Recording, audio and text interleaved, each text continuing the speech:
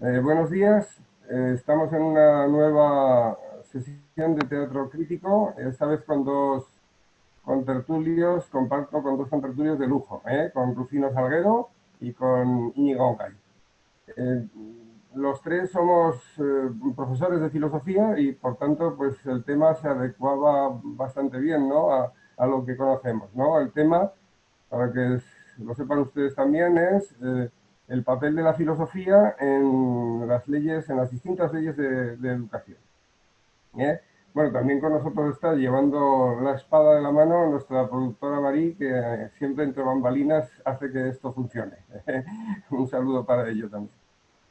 Bien, como les decía, vamos a tratar el tema de la filosofía en la educación y de cara a empezar luego pues, la tertulia, el diálogo, yo voy a hacer una pequeña introducción en la que, antes de meternos en este popurrí de leyes que surgieron a partir de los años 70 en España, pues cuál ha sido el papel de la filosofía pues, en los españoles pues desde que tuvo sentido pues explicar filosofía en España, ¿no? Y por eso nos tenemos que retrotraer hasta la Edad Media, ¿no? En la Edad Media siempre ha habido filosofía, desde luego, ¿no? Pero España empieza a tener un papel en la historia, pues en la Edad Media. No nos vamos a ir más atrás, no vamos a hablar de Roma ni nada por el estilo, ¿eh? Sino nos vamos a circunscribir a España, que es el tema donde se dan las leyes de educación de las que queremos hablar. Bien, por dar algún dato. En parte, el título de nuestro programa de teatro crítico es un tanto oscuro, pues porque está manejando dos ideas que están ahí y que parece que sepamos de qué vamos a hablar, o los que nos están escuchando creen que saben de qué es lo que vamos a hablar. Algunos seguro que sí, ¿eh? Porque tenemos un público muy avezado y muy sabio, ¿verdad? Pero bueno, a lo que voy, estas dos ideas que están ahí implícitas y que hay que aclarar es la misma idea de filosofía y la idea de ley. Filosofía no es problemática pues porque no hay una filosofía. Eso nos lo ha dicho pues muchas veces, por C y por B, y por B nos lo ha dicho Gustavo Bueno. No hay filosofía en sentido sustantivo, no existe, porque la filosofía siempre será adjetiva. Estará la filosofía del mismo profesor Bueno, la filosofía de Kant, la filosofía de Platón, la filosofía de Aristóteles, y la filosofía sola, pues no sabemos de qué es, ¿no? En el sistema educativo tenemos una asignatura en primero de bachillerato que se llama filosofía, y lo primero que hay que aclararles a los chavales es que esto de la filosofía, pues es un problema, ¿no? No es como las matemáticas, o como la física. Bueno, a lo que vamos, hay muchas filosofías y vamos a ver el papel de las filosofías a lo largo eh, de las leyes de educación o de la ley que ha existido en lo que es España, ¿verdad? Porque al principio no había leyes de educación. Las leyes de educación tienen sentido en, pues a partir en la época contemporánea, cuando hay naciones políticas, ¿eh? Y entonces las constituciones de estas naciones políticas piden pues que haya diversidad de leyes, y una de ellas sería la ley de educación, porque hay que educar, ¿no? a la población. Pero previamente, ley. Ya estamos con la otra idea, ¿no? Ley. ¿Quién era la ley antes de que hubiera naciones políticas? Pues el rey, por ejemplo, por decirlo así, lisa y llanamente, ¿no? El rey era la ley. Y si nos vamos a la Edad Media, pues cuando se fundan universidades, cuando se fundan colegios, pues el que las funda es el rey. Ejemplos rápidos, ¿no? Por ejemplo, ¿quién funda la Universidad de Salamanca? Aunque ya hay colegios previos, pues el que funda la Universidad de Salamanca es Alfonso X el Sabio. Y es la ley. ¿Y qué se da en la Universidad de Salamanca cuando la funda Alfonso X el Sabio? En la fecha, pues 1253. Pues ahí los que van a estar dando clases ahí, pues son teólogos, son filósofos. La filosofía que se está dando en el siglo XIII, pues todavía en 1200, vuelvo a decir, 53, pues Santo Tomás está ya penetrando. Santo Tomás está escribiendo la Suma contra Gentiles en esa época, más o menos, y se va a morir dentro de nada, porque si no recuerdo mal, se muere en el 74, Santo Tomás. Bien, Entonces, ahí, ¿quiénes están? Pues teólogos, pues, que están expresando pues, lo que se llama la dogmática, la teología dogmática del cristianismo.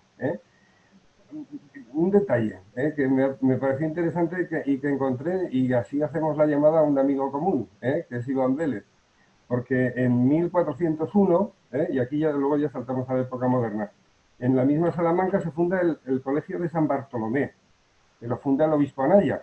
Si habéis estado en Salamanca, todos los que han estado en Salamanca saben que el edificio Anaya es la Facultad de Filología, está al lado de la catedral, es un edificio imponente, ¿no? Magnífico, ¿no? Pero este obispo Anaya lo hace siguiendo la pauta que había hecho pues, el famoso cardenal Gil de Albornoz en Lovaina, iba a decir, en, en, en Bolonia. En Bolonia, Gil de Albornoz había fundado el Real Colegio de España. Bueno, pues Gil de Albornoz es del pueblo de Iván, de Carrascosa del Campo. Supongo que Iván lo sabría, ¿no? Bueno, esta es una anécdota. Bueno, en esta época, pues todavía pues, podríamos decir que hay una filosofía que no es así, ¿no? Porque las controversias teológicas son desde el origen, ¿verdad? Bueno, pero para ir rápidamente, ¿no? Ya nos metemos en la época moderna y aquí ya hay visiones del mundo que van a estar en contraste y que van a estar implicadas en esa educación que sobre todo se va a dar en estas universidades, porque ya va a haber más universidades, va a haber en Valladolid, va a haber en distintos sitios de España, ¿verdad? En Alcalá de Henares. Bueno, la visión del mundo que se va a enfrentar a la habitual va a ser la visión del mundo de los protestantes. El protestantismo va a empezar a penetrar de una forma muy, muy tenue al principio, porque cuando se funda la orden de jesuitas, por ejemplo, que se dedican a la educación, donde fundan los colegios sobre todo es donde están los protestantes, pues para contrarrestar ese modo de ver individualista del protestantismo. La filosofía son modos de ver, y por un lado va a estar la católica, la de la dogmática, la de la teología dogmática, y a partir de Santo Tomás también la teología natural, y por otro estará la visión del mundo de los protestantes que va a estar ahí en constante, y ya empieza aquí el lío, ¿no?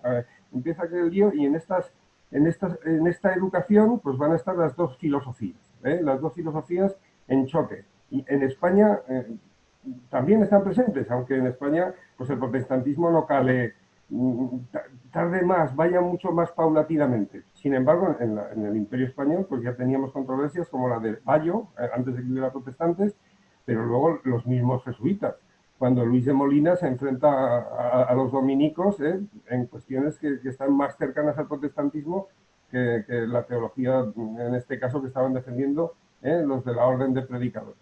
Bien, eh, por ir rápidamente, ¿no? Se suele decir que la penetración, ya nos vamos a la ilustración, ¿no? Que la penetración de las ideas ilustradas pues coincide con la llegada de los Borbones a España. Bueno, pues las controversias parecidas ya hemos acudido a ellas, ¿no? Hablando del molinismo, ¿no? De la controversia de Auxilis.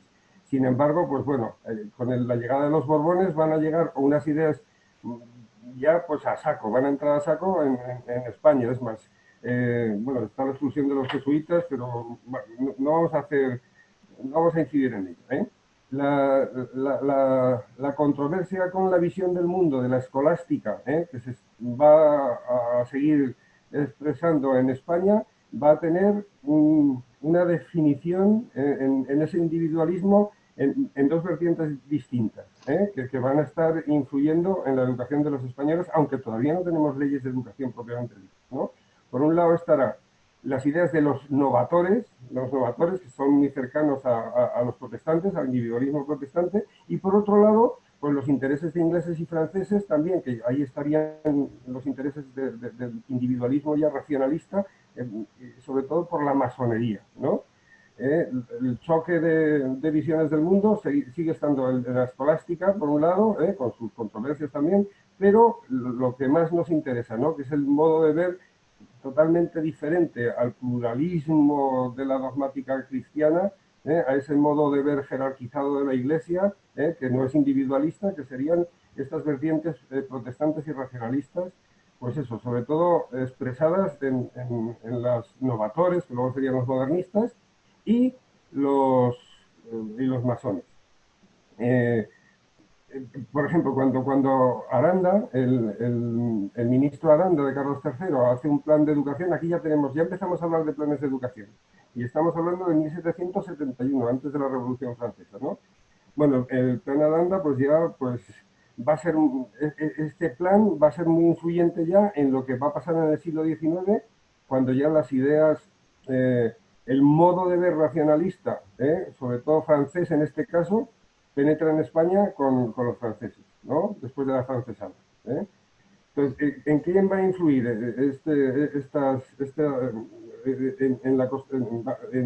en el informe Quintana? El informe Quintana ya está, se expresa como primera, ya podríamos decir que ya es una ley de educación, algo lo más parecido a lo que luego serán las leyes de educación, y en este informe Quintana pues se tienen en cuenta más que las ideas de los escolásticos, las ideas de los ilustrados, de los franceses de la época. Vamos a tratar de ir más rápido porque si no, no entraremos en el tema que es el que nos interesa. Bueno, el que nos interesa, el actual, ¿verdad? Vámonos ya a mitad del siglo XIX. A mitad del siglo XIX, en 1857, tenemos la primera ley formal, que es la ley Moyano. En la ley Moyano van a estar, pues, la visión del mundo individualista va a estar absolutamente presente porque va a tirar de una serie de reglamentos y de planes que son que derivan precisamente del modo de ver que viene del exterior, no del modo de ver escolástico que está todavía en España, sino del exterior. Me estoy refiriendo al reglamento de 1821, al plan del Duque de Rivas, que está en 1836, y al plan de Pidal, ¿no? El liberal progresista Pidal, que están fomentando la penetración de esta filosofía diferente a la de la dogmática católica. Aquí estamos en pleno siglo XIX, las ideas de la ciencia que está, el positivismo y el modo de ver positivista que tiene que ver con el monismo es el que está penetrando y este modo de ver y se va a contrarrestar con el que hemos dicho ya antes, que implicaría cierto pluralismo, bueno, cierto no, implica pluralismo. La dogmática católica implica un modo de ver pluralista. Y aquí está el choque más interesante de trenes del siglo XIX, ¿no? ¿Por qué? Sobre todo es interesante para nosotros, porque el pluralismo que van a defender los católicos y que al final no tendrán fuerza para defenderlo, sin embargo, precisará de un sistema muy diferente, que es el sistema que inauguraría Gustavo Bueno en 1970, ¿no? Que es el materialismo filosófico. Pero bueno, antes de llegar ahí, y que será el tema que tratemos, pues vamos a decir algún dato más interesante. En 1901 el conde de Romanones saca adelante un real decreto pues muy importante, ¿verdad? Y ahí se regulan ya, lo digo que es importante porque aquí ya tenemos ya las leyes formales de las que estamos hablando. Entonces, aquí ya han penetrado otro modo racionalista de ver el mundo, pues que va a ser muy influyente y sigue siendo influyente hasta ahora, que es el modo de ver de un racionalismo alemán que no va a triunfar en el norte de Europa, en Alemania, pero que va a triunfar en España, que es el krausismo. Las mayores batallas que se van a dar previamente a esta ley del conde de Romanones en las universidades españolas eran una lucha dentellada por las cátedras entre los neoescolásticos, los defensores de la teología dogmática desde siempre, ¿frente a quién? Frente a estos krausistas, ¿no? Que es ese modo de ver racionalista, pues que no les gustó mucho a los alemanes, ¿no? Los alemanes seguían ahí con su Kant, bueno, sobre todo con Hegel, con las ideas de Nietzsche, que estaban ahí efervescentes. Kant estaba un poco dejado de lado, luego triunfará, ¿verdad? Pero, sin embargo, Krause no le hacía a nadie caso y, sin embargo, triunfa en España. Bueno, pues Krause va a ser demoledor, sobre todo para debilitar la filosofía neoescolástica de finales del siglo XIX. Si rápidamente, y una cosa que me parece muy interesante, que es lo que pasa en la Segunda República. En la Segunda República se da una repetición de lo que había pasado a lo largo de todo el siglo XIX con los liberales. Por un lado estaban los liberales progresistas, por otro lado los moderados, unos cercanos a la Iglesia, y entonces a la educación que podía dar la Iglesia, y otros pues ateos vamos, para destruirla, ¿no? En la Segunda República pasa lo mismo. En parte, y lo que nos pasa ahora sigue siendo una repetición, ¿no?, de los errores de los liberales del siglo XIX. ¿A qué me refiero? Durante la Segunda República hay dos grandes bienios, y esto es muy interesante porque creo que va a volver a salir luego, ¿no? El primer bienio sería progresista, es progresista, y ahí se funda la sección de los pedagogos. ¿Eh? Además, pero los pedagogos van a estar fuera de las instituciones educativas, porque van a ser los inspectores. Los inspectores son los pedagogos.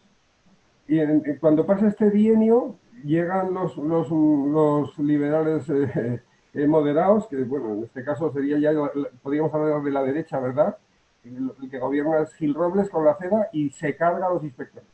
Se carga a esos inspectores, se carga la pedagogía. La pedagogía, este modo de ver derivado del modo de ver el mundo diferente, que tiene que ver pues, con las ideas individualistas y racionalistas que vienen de Europa. Nosotros estamos sufriendo ahora los pedagogos dentro de cada instituto y la derecha no se los ha cargado. O sea que la derecha ya se ha tragado a los pedagogos y se ha tragado, pues bueno, los problemas que tenemos ahora en la educación, que será de lo que hablemos luego. Rápidamente, la última ley. Bueno, estaría la ley de 1945 que tiene que ver con primaria, pero luego está la ley de 1953. Estamos ya en plena dictadura. 1953. ¿Qué es lo que quiero aquí hacer referencia? Ya os paso la palabra. En la ley de 1953 tenemos en la educación de todos los que están haciendo bachillerato, está la filosofía presente. ¿La filosofía que está presente con Franco cuál es? ¿La escolástica? Sí, pero. Y aquí viene el pero, ¿no? La neoescolástica, la escolástica ya se ha vendido, se ha destruido, está destruida. La mayor parte de los que están dando esta filosofía han abandonado ya ese sano pluralismo, podríamos decir. ¿Por qué? Pues porque no tienen nada que hacer contra el positivismo, saben que ya no les hace caso la gente y entonces, ¿de qué tiran para darse relevancia? Y haciéndose a la vez, como les llama Gustavo Bueno, pseudofilósofos de la filosofía de Kant. Después de la Segunda Guerra Mundial, las ideas de Nietzsche se van a hacer mangas, se hunden los nazis, las ideas de Marx están ahí fuera, que la Unión Soviética, y entonces en esta vuelta a Kant, los neoescolásticos españoles también dejan a Krause, desde luego era el gran enemigo, pero es el triunfador es Kant. Y en los institutos de España, en todos ellos, se está dando una filosofía tomista, pero totalmente contaminada de kantismo. Bueno, y con esta introducción, que me he alargado un poco, disculpadme, pues ya os paso la palabra, queridos amigos. Rufino, Íñigo, lo que queráis. Pues, Íñigo. bueno, vamos a ver, pues nada, esta introducción por parte de Josechu me parece extraordinaria porque pone los puntos sobre las íes históricamente y además ha contenido un montón de una abundancia muy grande de, qué sé yo, de datos positivos sobre la historia del asunto, además perfectamente interpretados según unos puntos de vista con los que yo en principio estoy enteramente de acuerdo, así que yo voy a proceder de otra manera, voy a proceder no históricamente, sino, vamos a decirlo así, clasificatoriamente, ¿no? Empezando por decir que el problema que nos ocupa el puesto de la filosofía o la situación de la filosofía en las leyes educativas españolas y más en particular las leyes actuales, contemporáneas de nuestro presente, etcétera, pues es un problema muy equívoco por la siguiente razón, y esto también lo ha apuntado Joséchu. Una razón que tiene que ver con lo siguiente. No es lo mismo, en principio no lo es en absoluto, aunque puede parecer por el mero formato de la pregunta.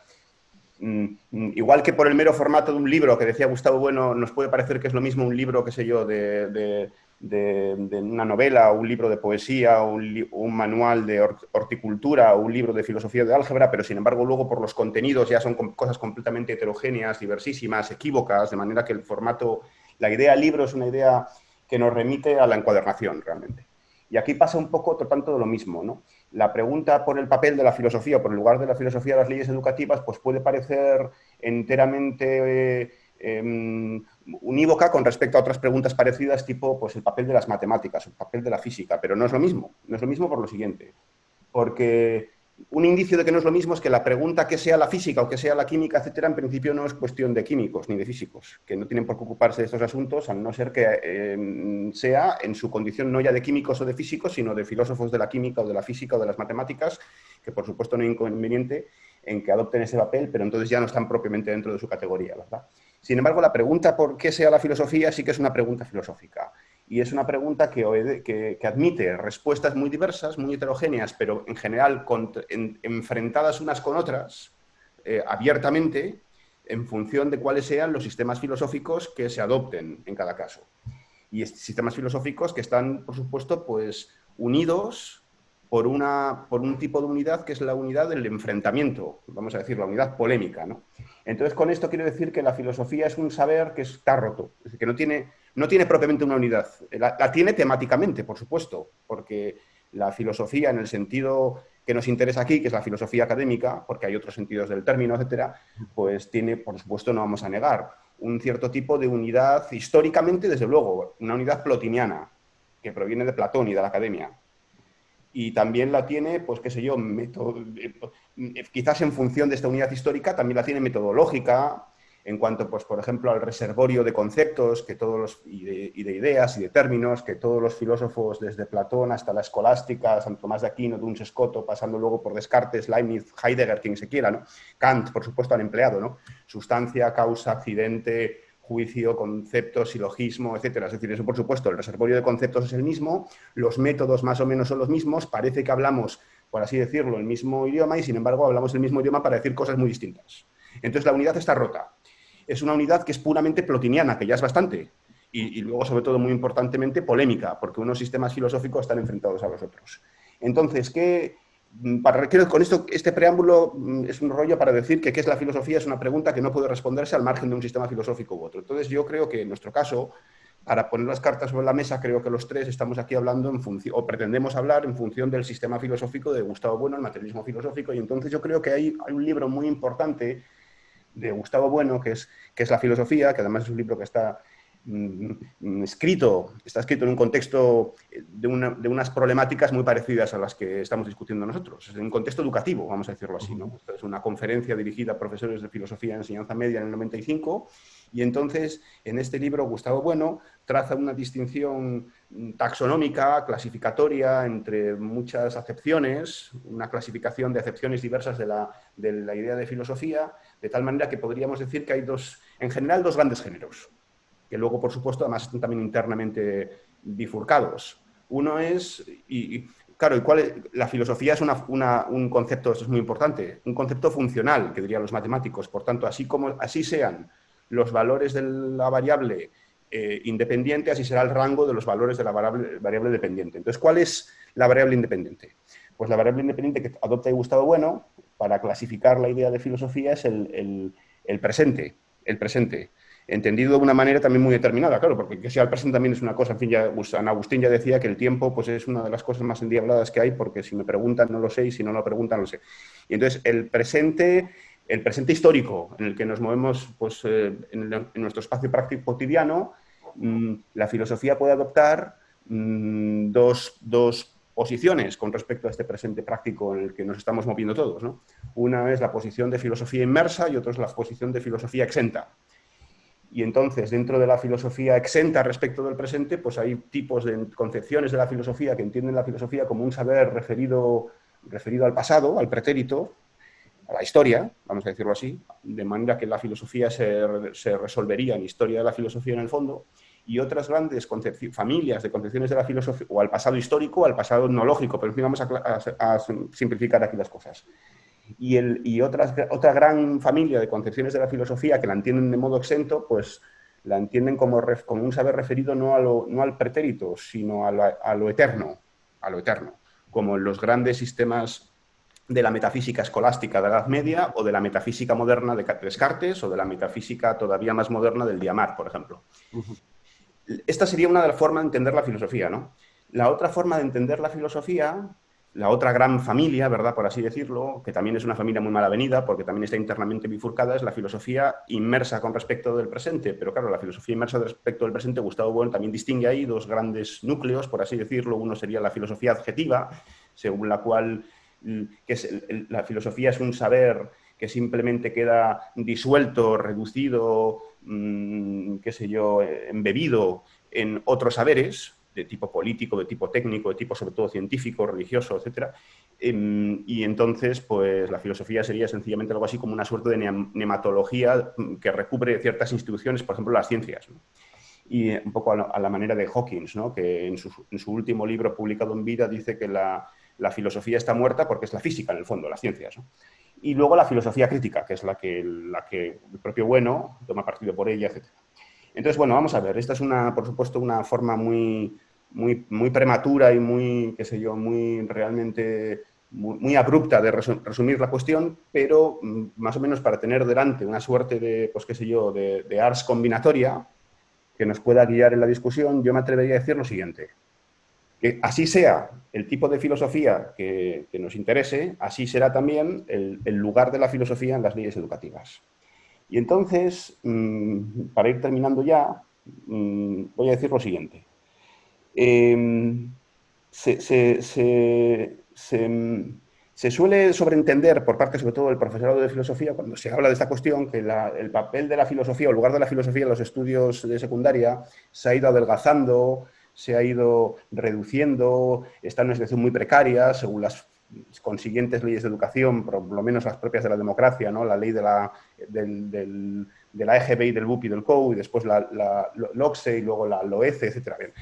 Entonces, parece que va perdiendo carga lectiva, importancia, etc. Claro, esto depende de qué tipo de filosofía estamos hablando, ¿verdad?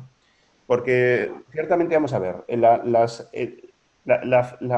papel de la filosofía en las leyes educativas del franquismo a la que se ha referido José Chu, particularmente la ley del 53 o del 54, la de Ruiz Jiménez, vamos, tenía mucha importancia, pero porque estaba marcada.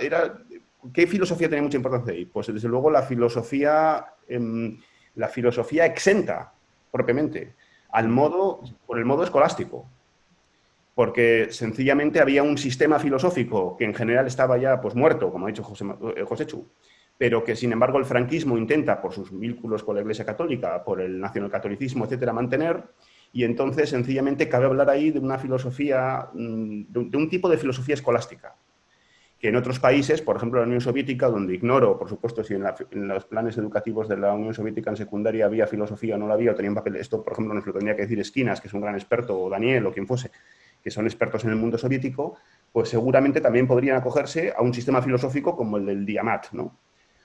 O qué sé yo, o la filosofía en los gimnasiums alemanes del siglo XIX, del siglo XX, pues acaso también podrían acogerse, pues qué sé yo, a los grandes sistemas hegelianos, por ejemplo. Si hay un modelo de filosofía que en el siglo XIX fuese la filosofía sistemática por excelencia, es el sistema de Hegel, ya por la propia, además, voluntad sistemacista del propio Hegel. Un sistemacismo que está muy cerca del monismo, porque claro, como Hegel dice que das Bares, das Ganze, la verdad es el todo, etcétera, pues ahí está, ese es el sistema. Ahora resulta que en nuestra época, pues como resulta que los sistemas están también destruidos en general, pues entonces resulta que la filosofía por modo escolástico en la educación secundaria y en la educación superior, etcétera, está muerta, está muerta. Eso es verdad. Ahora bien, ¿qué ocurre con la filosofía exenta por modo histórico? Pues por lo menos tiene garantizado, de momento, a pesar de los pesares y por el tiempo que dure, un cierto lugar en segundo de bachillerato todavía, donde se estudia historia de la filosofía. Claro, en general, la historia de la filosofía, como saber filológico positivo, pues tiene un valor muy importante, no vamos a discutirlo desde el punto de vista cultural, como también puede tenerlo la formación de un ciudadano, la historia del arte, o la historia de la literatura, o la historia de la música. Pero ¿cuál es el valor filosófico de estudiar historia de la filosofía al margen de cualquier sistema filosófico? Ninguno, porque el estudio de la historia de la filosofía, si no es puramente filológico, en cuyo caso su importancia no será superior al de la historia de la música, su valor filosófico dependerá desde qué sistema filosófico estamos haciendo la historia de la filosofía. Pero, entonces, por tanto, sí, de alguna manera la historia de la filosofía por modo histórico se mantiene en el sistema educativo español todavía a pesar de los pesares, pero de una manera completamente capidisminuida y prácticamente como un saber filológico que realmente los estudiantes muchas veces no saben por qué tienen que estudiarlo. Y tienen razón, porque ¿cuál es por muy interesante que sea, ¿cuál es el interés superior de estudiar historia de la filosofía al que pueda tener estudiar historia de la arquitectura o de la música o del teatro? Pues ninguno, realmente ninguno. Podría tener un sentido filosófico si la historia de la filosofía se hiciera desde un sistema filosófico, pero los sistemas filosóficos ya no se cultivan, ¿verdad? Ahora bien, ¿qué ocurre con la filosofía inmersa con respecto del presente? Pues yo creo que en su sentido objetivo, la filosofía está más presente que nunca, o tan presente como siempre, en los estudios de secundaria y de bachillerato.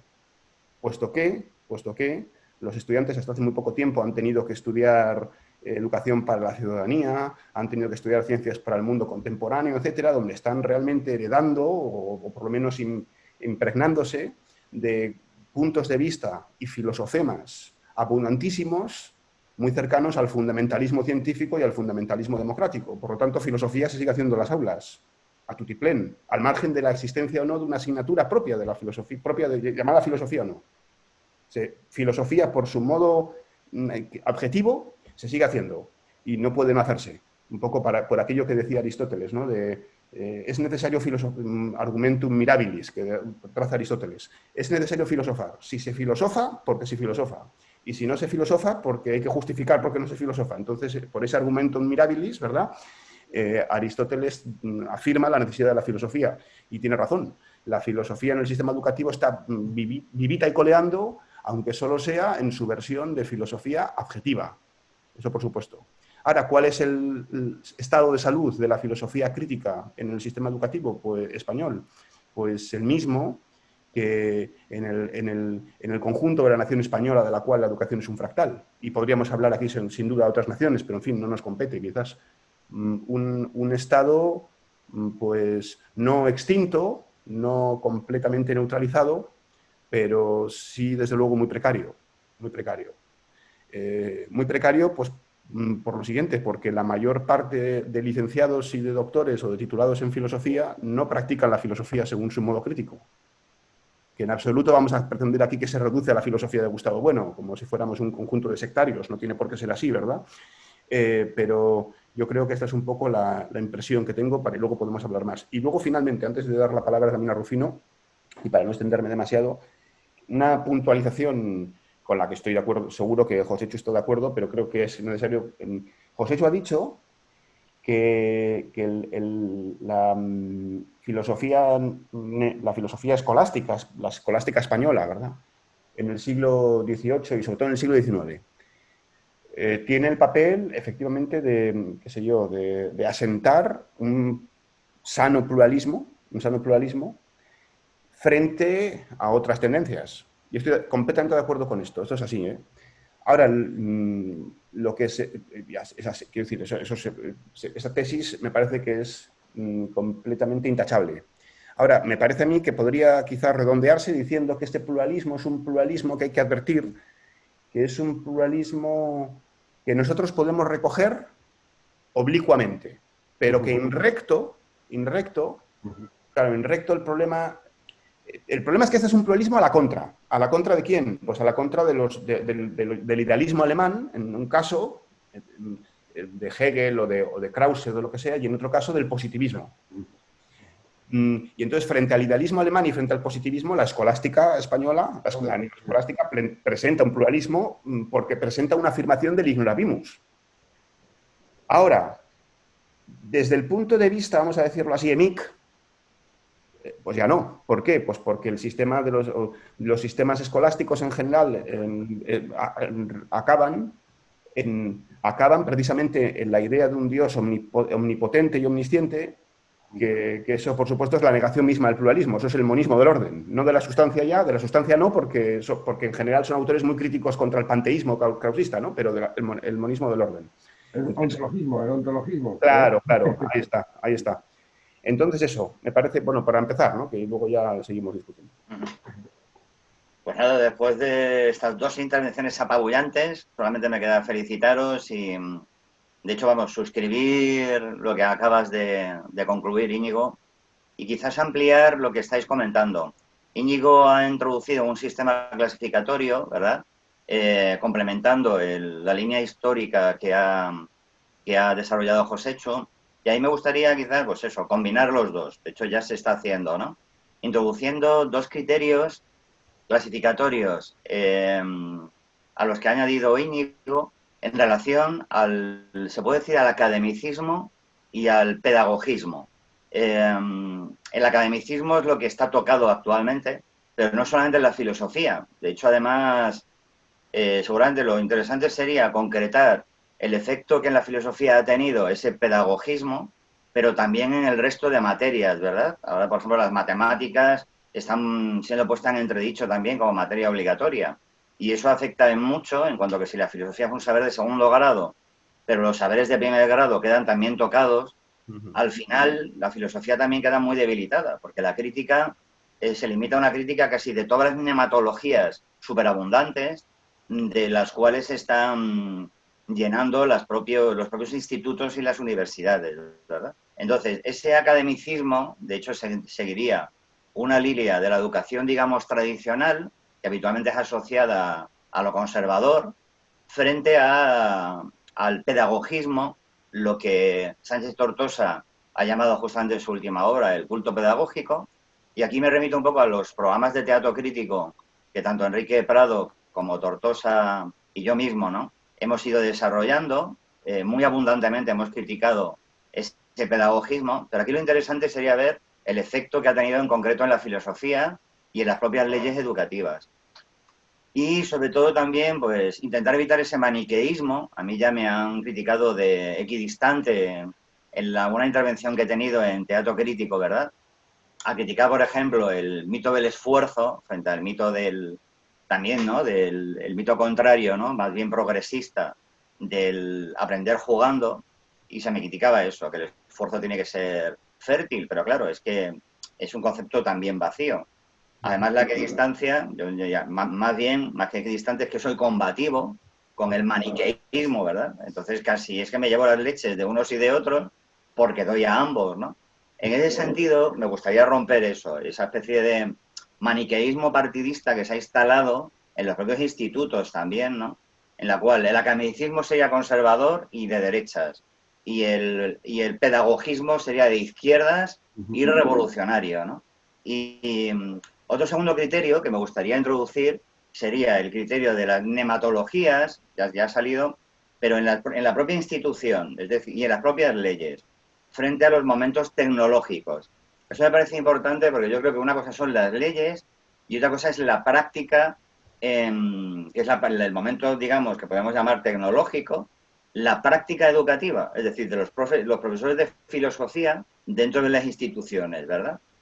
Bien, combinando estos dos criterios, ¿no?, que nos llevan justamente a esa división academicista, pedagogista, nematología, momento tecnológico, aplicarlo entonces a las sucesivas leyes educativas, que yo creo que conviene además precisar, porque la filosofía ha quedado tocada en todas ellas, pero no en todas se ha tratado de la misma forma. Y es interesante analizar qué nematologías hay detrás de estas leyes, ¿verdad?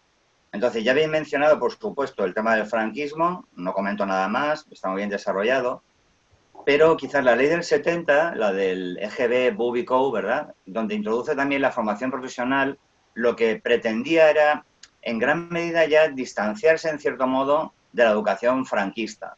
Y de hecho se ha distanciado sobre todo en una educación que no quería ser autoritaria, que era tachada de dogmática en su momento, y que, por un lado, en la propia ley, ¿verdad?, se quería introducir cada vez más, y esto es muy importante, lo hemos comentado también en otros teatrocríticos en relación a este tema, ¿no?, sobre la integración de bolsas poblacionales que habían estado marginadas hasta ahora del sistema educativo y que intentan ser integradas, ¿verdad?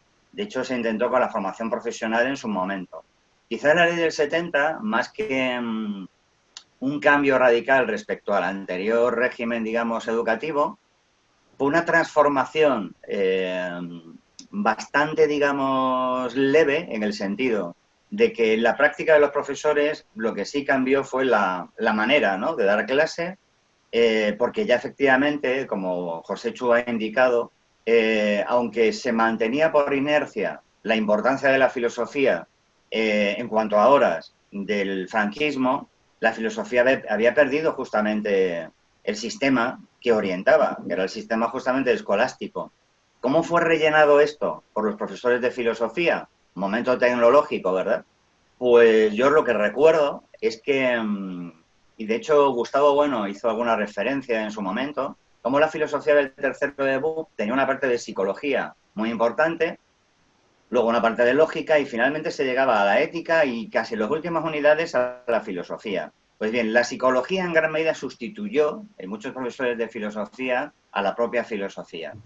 Entonces, Íñigo ha comentado algo importante que es cómo la filosofía adjetiva está en los institutos, ¿verdad?, en relación a, pues eso, la cultura científica, que es una materia también, ¿verdad?, o en las propias disciplinas científicas, etcétera. Pero hay que tener cuidado porque muchas veces es un sucedáneo lo que se instala. Ni siquiera es filosofía como tal adjetiva, como fue en el caso de la psicología, ¿verdad? Pues bien, se puede decir que la ley del 70, en el fondo, lo que hace es preparar lo que luego se venía, que era la ley de la LOCSE, que es en el año 90. En la LOCSE se planteaba como una reforma, se puede hablar de como reforma y contrarreforma en estas leyes educativas, ¿verdad? El objetivo era ese, era un poco como el año cero que se pretendía también en el 78, ¿verdad?, con la Constitución, pues la LOCSE es el año cero del sistema educativo. Y de hecho de ahí su fracaso, que es reconocido incluso por los padres fundadores. Rubalcaba y la mayoría de los que fundaron la LOCSE reconocen su fracaso y luego lo intentan justificar mediante diferentes maneras, ¿no? Que no hubo realmente dinero para poder mantener la reforma, por supuesto balones fuera, que los profesores no estábamos suficientemente preparados, o incluso que la población española no estaba preparada para un nivel tan alto, ¿no?, de esa ley educativa.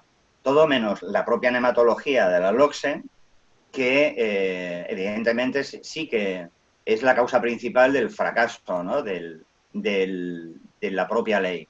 Ahora bien, en la LOCSE, en relación a la filosofía, quiero recordar que hubo como dos momentos también. Hubo protestas porque la ética no estaba como asignatura, se ponía como bloque temático que se podía dar en cualquier curso. Esto lo digo porque de nuevo se vuelve en la LOMLOE que quieren poner la historia de la filosofía de nuevo, ¿verdad? No en una modalidad, sino obligatoria en todas las modalidades. Se quería hacer como 3 años, ¿verdad? Eso es lo que se reivindica, digamos, la mayor parte de los profesores, que haya una educación filosófica, ¿no? Cuarto, la ética, una filosofía sistemática en primero de bachillerato y una historia de la filosofía en segundo. Pues bien, en la LOCSE ni siquiera estaba la ética como materia concreta. Fue la reacción de los profesores. Yo recuerdo, por ejemplo, la intervención de Fernando Savater criticando que la ética fuera alternativa a la religión, etcétera, y se consiguió que efectivamente la ética fuera una materia, además adscrita a los profesores de filosofía.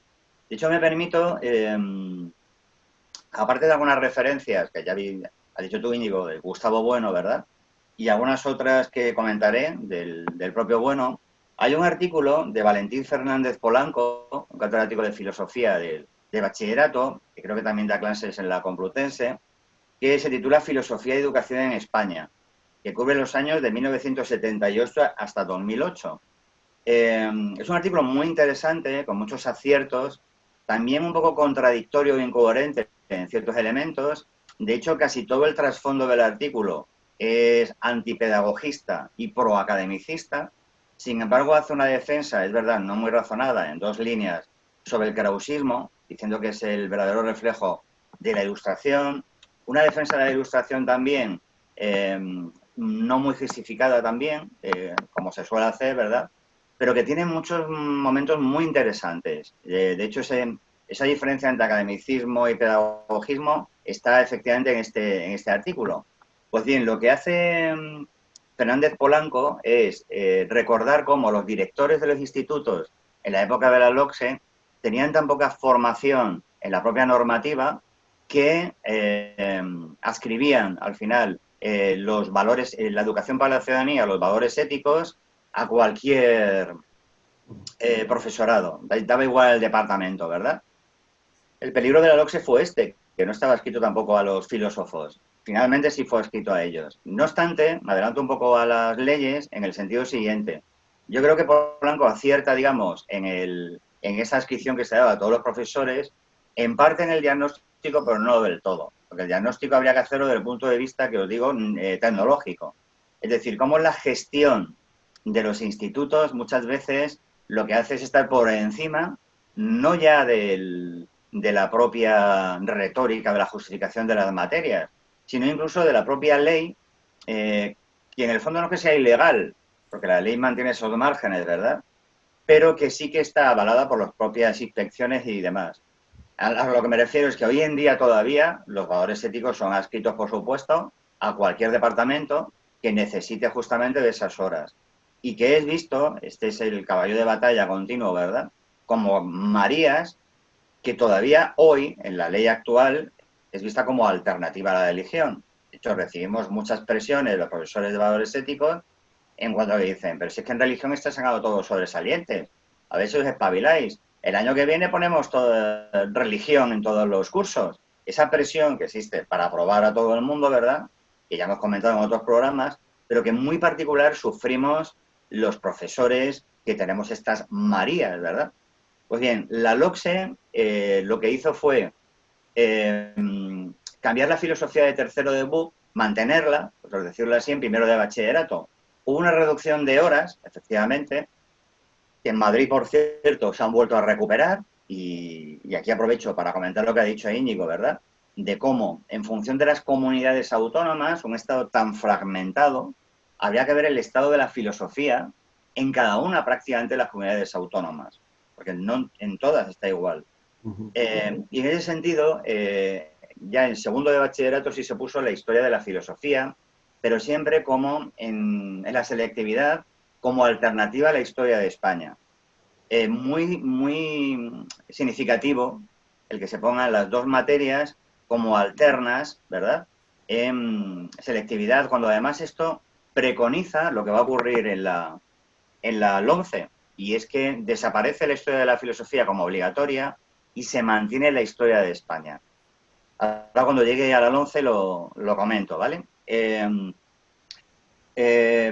Fernández Polanco llama contrarreforma a los reales decretos del año 2000.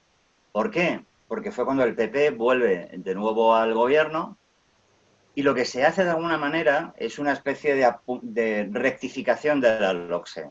No en aspectos esenciales, pero sí en aquellos elementos donde lo académico había sido tan barrido que se notaba que aquello hacía aguas y por lo tanto había que complementarlo.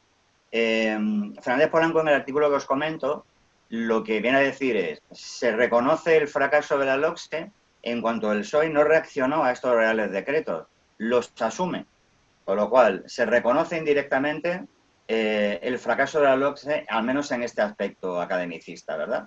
Y por eso quiero romper ese maniqueísmo de o derecha o izquierda, que ni siquiera había que hablar de izquierda como tal, sino mencionar más bien el PSOE, el PP, ¿verdad? Porque ellos mismos efectivamente lo han roto en la práctica lo han roto, en cuanto a que, aunque no lo reconozcan dentro del propio discurso, lo están haciendo continuamente, y eso es lo que ocurre también en los institutos. Pues bien, después de esa contrarreforma, se puede decir de los reales decretos del 2000, llega efectivamente la LOE del 2006. Muy importante para la filosofía, porque de hecho ya hubo movimientos por parte de los profesores de filosofía en la LOCSE, cuando se quiso poner, perdón, en la LOE fue, cuando se quiso, la LOCSE y la LOE, se quiso poner en la LOCSE, quiero recordar, ahora me lo comentáis, la historia de la filosofía también solo para aquellas modalidades que fueran de humanidades o ciencias sociales. Esto duró muy poco y se volvió a restituir de nuevo.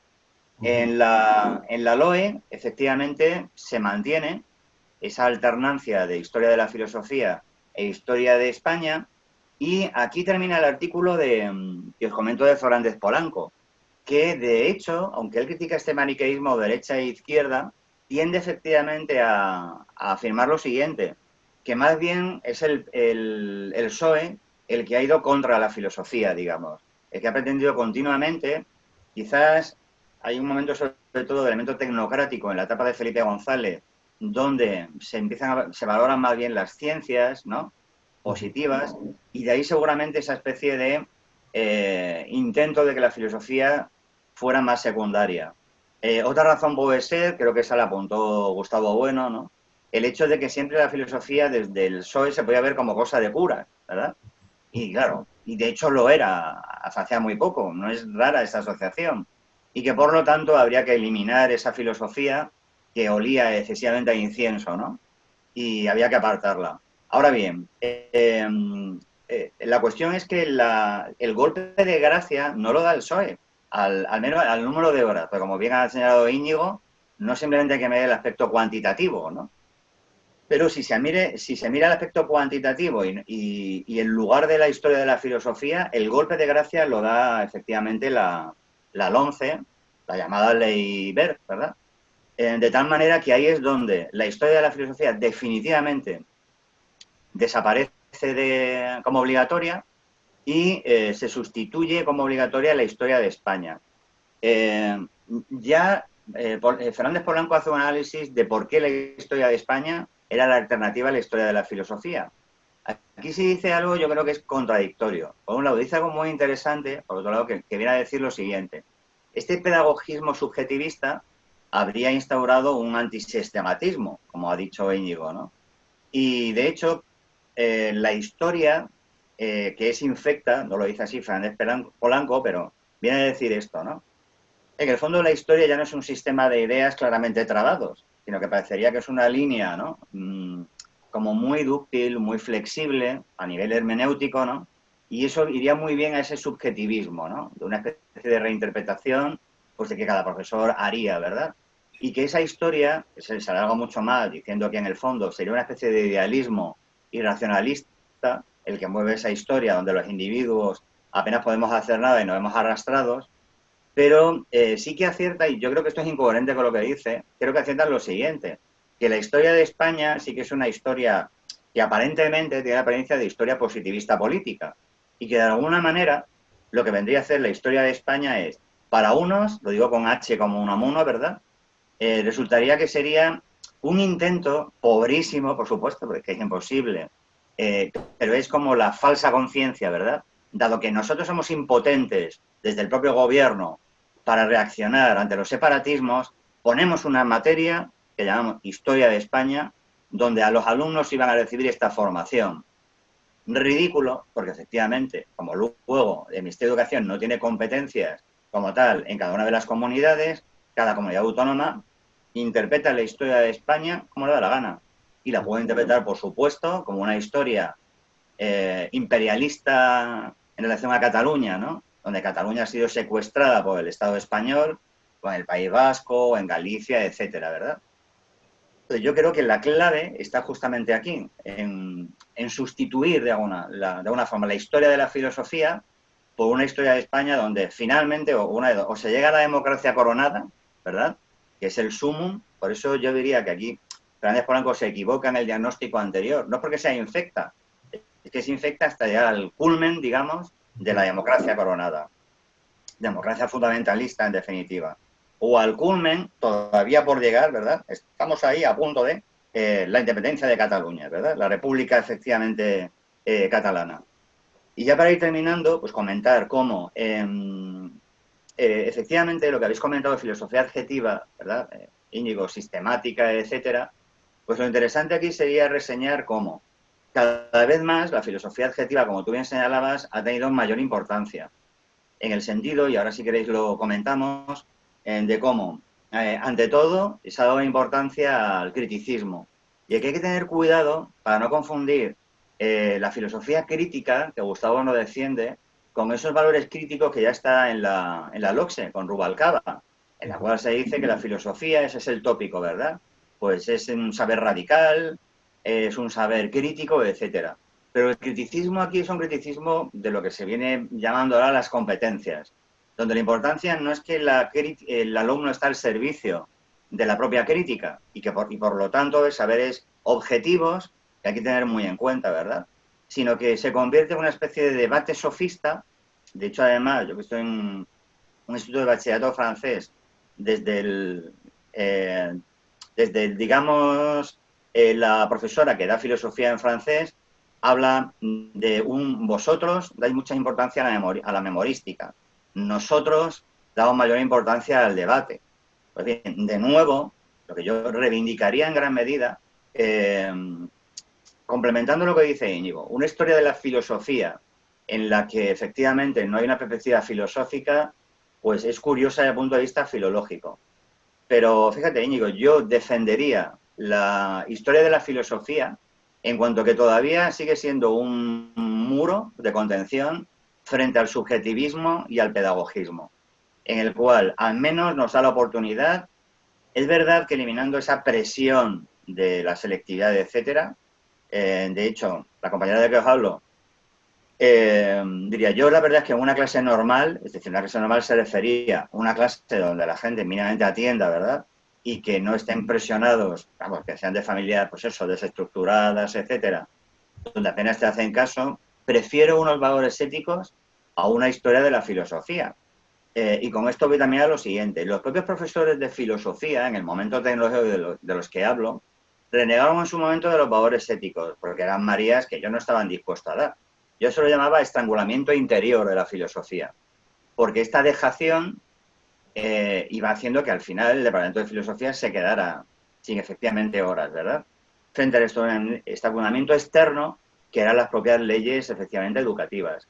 Pues bien, a lo que voy es que sí que hay que reivindicar una historia de la filosofía como tal, como freno a ese pedagogismo donde la crítica se hace en el vacío, o más que en el vacío, desde la propia subjetividad que sobre todo recoge las nematologías que están vertidas en las redes sociales fundamentalmente, ¿verdad? Y entonces, no ya es que se esté adelgazando los propios saberes primarios en los institutos, porque eso también que tendríamos que nosotros reivindicarlo, al menos un alumno que esté bien formado pues en física, ¿verdad?, en biología, en la propia historia, etcétera, pues discutir efectivamente con ellos, ¿no? Pero cuando ya esos saberes primarios empiezan a fallar, lo único que queda, y luego donde ya eliminas la historia de la filosofía como tal, lo único que queda es precisamente la discusión con esos elementos nematológicos. Y sobre todo, y ya termino, en una intervención de Gustavo Bueno, donde él hablaba de la filosofía como saber y como hacer, hay un momento crucial de lo que estamos comentando, donde Gustavo Bueno, citando a Rockefeller, ¿verdad?, decía, para ser millonario, para ganar mucho dinero, hace falta dos cosas: saber, ¿no?, saber ganarlo, y saber hacer. Entonces, claro, Gustavo, bueno, aquí muy sutilmente, y a mí, bueno, me gusta mucho esto por lo siguiente, porque como hoy, actualmente, se da tanta importancia a ese saber hacer, esas competencias, etcétera, pues podríamos decir lo siguiente. La filosofía ha sido tachada, ¿verdad?, de muy teórica. ¿A qué sirve la filosofía?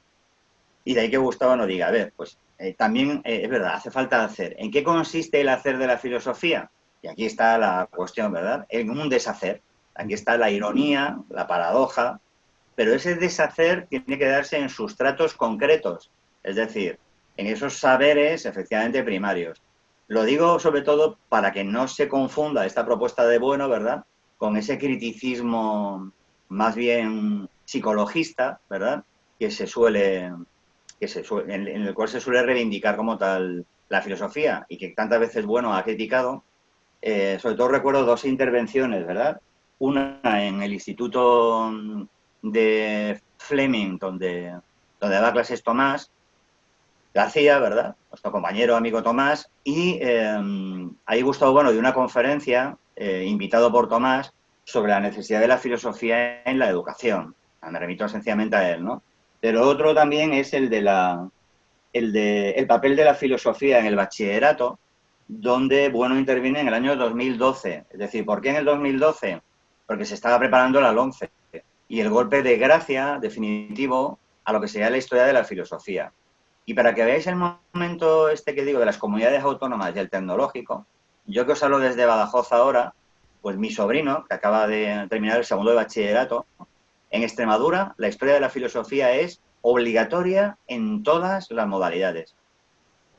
Eso por un lado está bien, pero por otro lado, fijaros también yo que lo he vivido con mi sobrino, que va a hacer ingeniería, pues resulta que es que él no se puede presentar por historia de la filosofía. O sea, que es el absurdo, por un lado, ¿verdad?, de que la comunidad vaya por su lado, frente al ministerio. Cuando tú, un alumno que está muy presionado, como sabéis, ¿verdad?, por la selectividad, etcétera, estudiaba una materia, pues eso, de 4 horas, de una clínica muy serio, y que no le sirva para presentarse.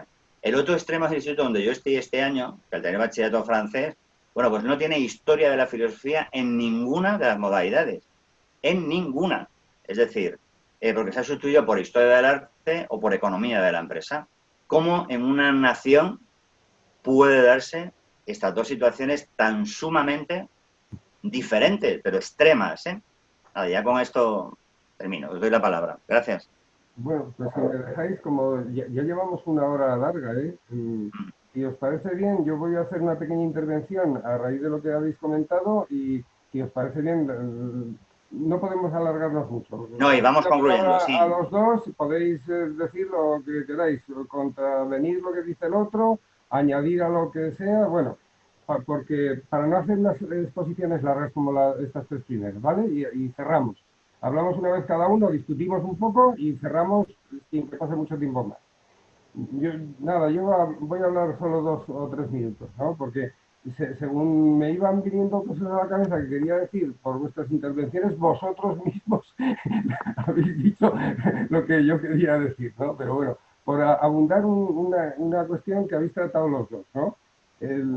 Antes incluso de la LOMCE, cuando la ley del PSOE, cuando entra la educación para la ciudadanía, que la mencionaba Íñigo en un primer momento, yo creo que se da una situación en la lo ha comentado Íñigo también, y tú también has hecho mención, Fino, que hay una tendencia pues a instaurar el fundamentalismo democrático y el fundamentalismo científico. Incluso en un primer momento ese fundamentalismo científico lo daban los de filosofía, en aquella famosa asignatura, ¿no?, de ciencia, tecnología y sociedad. Ahora ya la dan los de ciencias, ¿no? Pero aun con todo, en primer bachillerato, cuando se tratan cuestiones que tienen que ver con la ciencia, es puro fundamentalismo filosófico, porque ahí lo que la mayor parte de nuestros compañeros están diciendo es contar la teoría del Big Bang. Y les ponen vídeos y es que esto es una constante en todos los institutos de España, ¿verdad? Y eso es fundamentalismo científico a tutiplén. Bueno, pero voy a la otra vertiente. En el momento que entra la educación para la ciudadanía, filosofía se va a llamar filosofía y ciudadanía, o sea, se va a la otra vía, al fundamentalismo democrático. Pero es que incluso los textos en la filosofía de segundo de bachillerato, se llama Historia de Filosofía, cambia totalmente. Yo no sé si en cada comunidad ha sido distinta, pero en Castilla-La Mancha los textos que entran, no hay ningún texto, salvo el de Kant, que sea de ontología o que tenga que ver con la nosología. Todos los textos son de ética y de política. Y se mete incluso a Rousseau. Si se coge a Spinoza, se pone a Spinoza como un demócrata. O sea que es... Porque se entiende que esa es la parte práctica, claro. Lo otro se ve como teoría infumable metafísica, desde la parte práctica. Ajá, que se Claro, deja de lado un poco relevante al principio de la filosofía del primer bachillerato.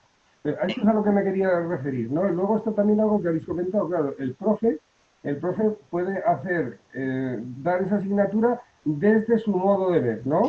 Lo que pasa es que hay muy pocos que sean críticos, ¿no? Esa filosofía crítica, en el sentido de nuestro sistema, es desmenuzar, lo que has dicho tú, Rufino, deshacer, pues eso, yo solo conozco a unos cuantos amigos míos que lo hagan, porque los otros hacen lo mismo que hacen en tu instituto, tratar de coger un texto y empezar a decir argumentos en contra de favor, lo que hacen los franceses, Claro, y no pinta para nada en absoluto la historia de la filosofía. Se trata aquí de dar razones, y hablar de simulacros, no hablar de la ontología, hablar de los simulacros posmodernos. Estamos inmersos en la posmodernidad, en la metafísica posmoderna. O sea que la metafísica está ahí. Bueno, y alguna cosilla más, pero yo creo que no, que si luego se tercia y decís algo, decimos una tercera intervención, pero si podemos acabamos con esta segunda. Digo, tampoco hace falta agotar el tema, sí. Por eso. Ahora, Íñigo, por ejemplo. Sí, pues nada, yo también recogiendo algunas de las cosas que habéis dicho los dos, que me parecen muy puestas en razón. Bueno, en primer lugar, me ha parecido muy oportuno muy enteramente acertado lo que dice Rufino a propósito de la dicotomía maniquea y en el fondo falsa, ¿no? Entre el pedagogismo por un lado y lo que él ha llamado el academicismo, lo del esfuerzo, etcétera. Lo del esfuerzo es tan metafísico como lo de aprender jugando, porque es, como decía él, puramente formal, es decir, que es un concepto vacío. Algunas veces, incluso en la experiencia esta, vamos a decirlo, práctico, al modo del TUSER, práctico-práctica, te viene algún alumno o alumna y te dice, yo es que me he esforzado mucho, pero fíjate que no te has puesto, pues casi es para decirle, si de verdad te has esforzado mucho, es mejor que no te esfuerces, porque dedícate a otra cosa, porque ¿qué más da el esfuerzo? ¿No? Quiero decir, que el esfuerzo es un concepto de orden psicológico o también puede ser muscular, etcétera, pero que aquí no viene al caso. Y luego lo que sí me quería acordar es de lo siguiente, es que hay un artículo reciente de David Álvaro González que está publicado en Tópicos, que se llama Filosofía para qué, y al final, bueno, él hace una serie de consideraciones muy útiles y muy fértiles sobre precisamente esto, sobre el carácter no unívoco, sino equívoco o análogo, al menos, ¿verdad?, del concepto de filosofía. Y entonces los diferentes valores que la pregunta, filosofía para qué, entendido como función proposicional, puede ir adquiriendo según sea la filosofía, como se entienda, ¿no? Y entonces al final dice que desde el punto de vista de lo que él llama un materialismo, dice estoico, bueno, se está refiriendo al materialismo filosófico, efectivamente, ¿no? Hay dos funciones que puede alcanzar la filosofía, quiero decir, dos para qué, ¿no? Por un lado, una función de la filosofía puede ser, entendida así, la vía negativa es la destrucción, como decía justamente ahora Rufino, refiriéndose al Gustavo Bueno de la conferencia extraordinaria, el papel de la filosofía en el conjunto del hacer, que la dio por invitación de Pablo Huerga y de Silveiro, etc. Negativamente, la destrucción, pues, en el fondo, la destrucción de todos los sustancialismos posibles. Es esto, ¿no? Es decir, ya desde el papel de la filosofía en el conjunto del saber de los 70, ya está ahí claro, ¿no? Es decir, la filosofía tiene como papel fundamental la destrucción de los sustancialismos metafísicos. Positivamente, la elaboración de un mapa mínimo del mundo, no la elaboración del mundo. La filosofía no elabora el mundo. Guárdate de la filosofía que sea edificante, que dice Hegel. La filosofía no es edificante. Los que elaboran el mundo son las ciencias y las tecnologías, ¿no? Pero sí la elaboración de un mapa mundi mínimo, basado siempre, por supuesto, en los saberes de primer grado. Y aquí yo quiero enlazar con algo, y termino ya, que ha dicho Rufino y que me parece muy oportuno, y voy a conectarlo con dos de nuestros padres fundadores. ¿Qué le vamos a hacer? Con Platón y con Aristóteles, nada menos. Aristóteles, ya decía antes, ¿no? Tiene este famoso lugar en una de sus obras en el que dice que en el fondo es un argumento que los lógicos llaman consequentia mirabilis. Dice Aristóteles, es preciso filosofar, y lo formula a través de un dilema constructivo. Si se filosofa, porque se filosofa, y si no se filosofa, porque hay que justificar por qué no se filosofa, ¿no? Por lo tanto, sea como sea, se sigue de aquí, ¿verdad?, que es preciso filosofar, porque si P entonces R y Q y no P entonces R. Y entonces, eso es verdad. Este lugar aristotélico es evidentemente cierto desde nuestro punto de vista también, porque por mucho que la ley Wert o la ley de Perico de los Palotes destruya la filosofía formalmente, con tal nombre, como la filosofía consiste desde nuestro punto de vista en un trato crítico con ideas, entonces resulta que esas ideas que están constantemente refluyendo desde el interior mismo de los saberes de primer grado, mientras haya saberes de primer grado en los institutos, habrá filosofía, necesariamente, aunque no se llame así, porque la filosofía no es como la física, no es un campo, ¿verdad? No es un campo categorial, entonces no hace falta que exista una asignatura para que esté la filosofía dispuesta ya en los institutos, quieras que no. Entonces Aristóteles tiene razón en este punto. Ahora, aquí viene la segunda parte. ¿Cuál es el estado de salud de los saberes? Y esto lo decía Rufino muy bien, de los saberes de primer grado. Pues parece que también estos están quedando desmantelados, porque las últimas noticias que tengo yo es que al parecer las leyes educativas que está preparando el gobierno actual, no lo digo contra el gobierno actual, sino como una cosa que parece que es así, van en la dirección de restringir o de disminuir, etcétera, incluso asignaturas como las matemáticas. Y entonces aquí ya viene el lugar platónico. Una anécdota. Platón, según nos transmite Diógenes Laercio, cuando se le acercó Genócrates para estudiar en la academia, Platón le preguntó, bueno, ¿tú sabes geometría? Y dijo Genócrates, no, la verdad es que no sé. ¿Y sabes astronomía? Y dice, pues no, tampoco. ¿Y música? No sé música. claro, astronomía, geometría y música son los saberes, los saberes de la dianoia en el diagrama de la línea del libro sexto y en el mito de la caverna del libro séptimo de la República. Son los saberes intermedios que luego recogerá la tradición medieval en la Facultad de Artes, el trivium y el quadrivium, etc. Y entonces Platón le dijo a Genócrates, según dice Diógenes Laercio, dice, pues lárgate de aquí porque te faltan las asas de la filosofía. Entonces, claro, efectivamente, si las matemáticas y cualquier tipo, ¿verdad?, de transmisión rigurosa de conocimientos científicos y técnicos, empezando por las matemáticas, continuando con la física y con la química, quedan rigurosamente o progresivamente desmantelados en una nación política, pues entonces la filosofía, naturalmente, desfallece también, o es filosofía de muy baja calidad, etcétera, porque la filosofía requiere de las ideas que van conformándose en los intersticios entre las propias categorías.